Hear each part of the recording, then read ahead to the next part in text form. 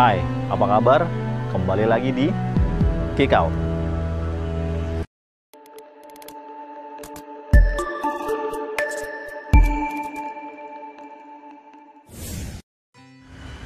Bangunan bersejarah yang ada di belakang saya adalah sebuah istana yang saat ini didiami oleh Presiden Indonesia ke-7, yaitu Presiden Joko Widodo. Sejarah daripada bangunan yang berada di belakang saya merupakan sejarah yang sangat panjang. Dibangun pertama kali oleh Gubernur Jenderal VOC di Indonesia di tahun 1754 oleh Gubernur Jenderal Baron Imhoff. Sejak tahun 1870 hingga 1942, kediaman ataupun Istana Bogor ditempati oleh para Gubernur Jenderal VOC dan Belanda. Awalnya, Gubernur Van Imhoff merancang ini hanya sebagai tempat peristirahatan untuk dia dan keluarganya.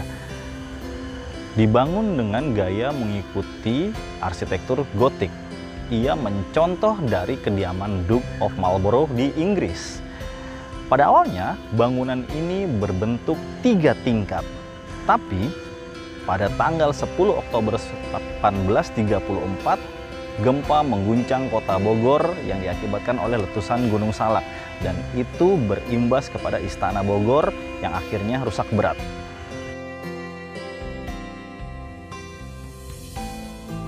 Istana Kepresidenan Bogor terletak di Kota Bogor, Provinsi Jawa Barat, menyimpan banyak sejarah di awal pendiriannya.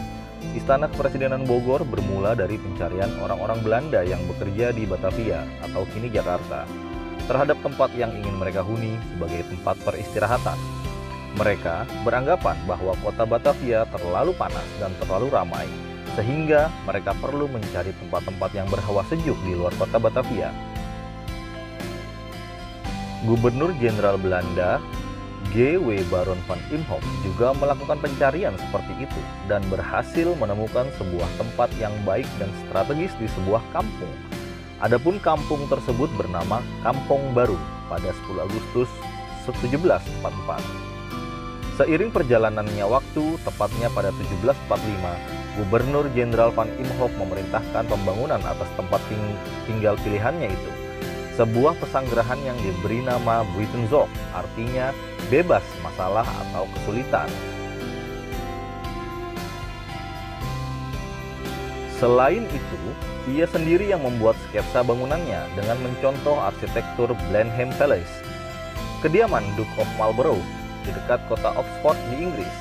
Dilansir laman resmi Sekretariat Negara, penamaan Buitenzorg itu termasuk wilayah perkampungan di sekitarnya yang kini dikenal sebagai Kota Bogor.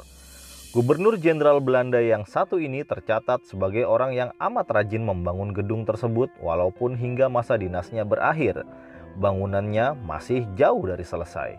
Akhirnya ia diganti oleh Gubernur Jenderal Jacob Mosel. Pada masa kekuasaan Gubernur Jenderal William Daendels, di tahun 1808 sampai 1811, gedung atau pesanggerahan itu diperluas dengan memberikan penambahan lebar baik ke sebelah kiri dan kanan. Selain itu, gedung induk dijadikan 2 tingkat. Perhatian terhadap perluasan bangunan itu pun terus berlanjut. Perubahan besar terjadi pada masa pemerintahan Gubernur Jenderal Baron van der Capellen di tahun 1817 sampai tahun 1826.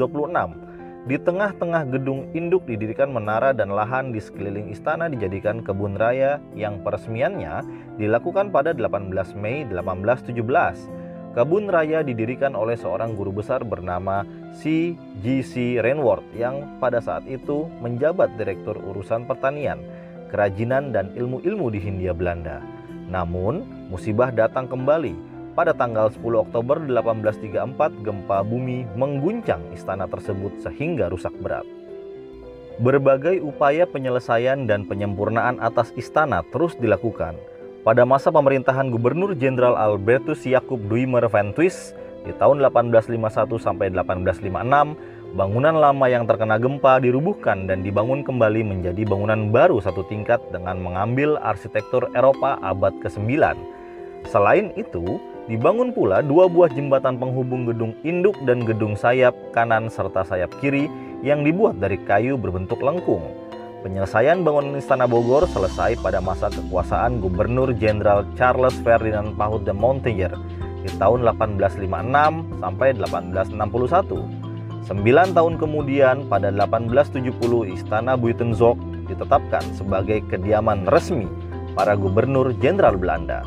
Penghuni terakhir Istana Buitenzorg itu adalah Gubernur Jenderal Tjarda van Stekenborg Stauschauer yang secara terpaksa harus menyerahkan istana ini kepada Jenderal Imamura, pemerintah pendudukan Jepang.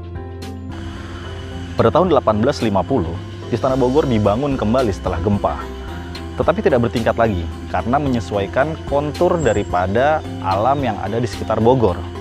Pada masa pemerintahan Gubernur Jenderal Albertus Jacob Doumerc van Twist di tahun 1851 sampai 1856, bangunan lama, sisa-sisa kerusakan dari Istana Bogor dirubuhkan, lalu dibangun kembali dengan mengambil arsitektur gaya Eropa di abad ke-19.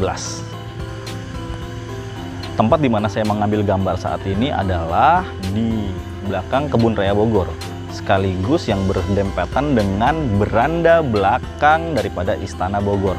Tempat di mana biasanya Pak Presiden Jokowi menerima tamu-tamu kenegaraan seperti yang biasa kita lihat selama ini. Selain sisi bangunan bersejarah, yang tidak kalah menariknya adalah fauna yang ada di dalam Istana Bogor itu sendiri. Di sini terdapat ratusan rusa yang dihibahkan dari pemerintahan Nepal pada waktu itu, yang sekarang berjumlah 560 rusa.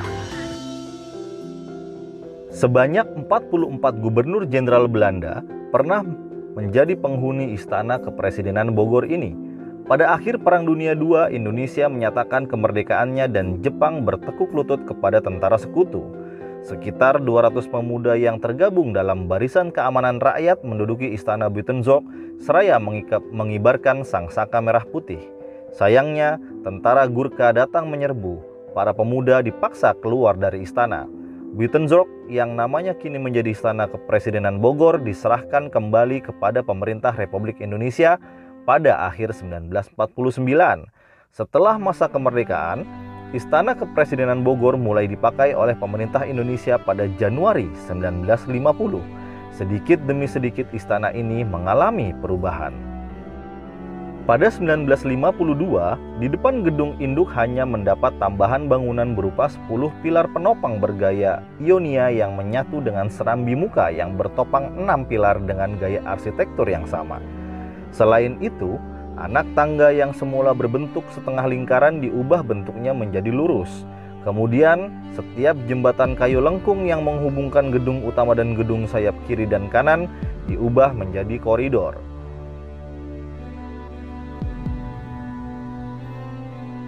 Pada masa penjajahan Belanda, Istana Kepresidenan Bogor memiliki fungsi utama sebagai tempat peristirahatan. Namun, setelah masa kemerdekaan, seperti fungsi istana-istana kepresidenan lainnya, fungsi istana berubah menjadi kantor urusan kepresidenan serta menjadi kediaman resmi Presiden Republik Indonesia. Sejalan dengan fungsi tersebut, peristiwa penting yang pernah terjadi diantaranya adalah Konferensi 5 Negara yang diselenggarakan pada 28 sampai 29 Desember 1954. Peristiwa yang lain adalah pembahasan masalah konflik Kamboja pada forum GIM, Jakarta Informal Meeting yang dilaksanakan di istana ini pada 25 sampai 30 Juli 1988. Peristiwa penting lainnya adalah kegiatan pertemuan para pemimpin APEC yang diselenggarakan pada 15 November 1994. Bagi bangsa Indonesia, khususnya peristiwa bersejarah yang sangat berpengaruh pada kehidupan berbangsa dan bernegara Indonesia adalah penandatanganan Surat Perintah 11 Maret 1966 yang amat terkenal dengan sebutan Super Semar.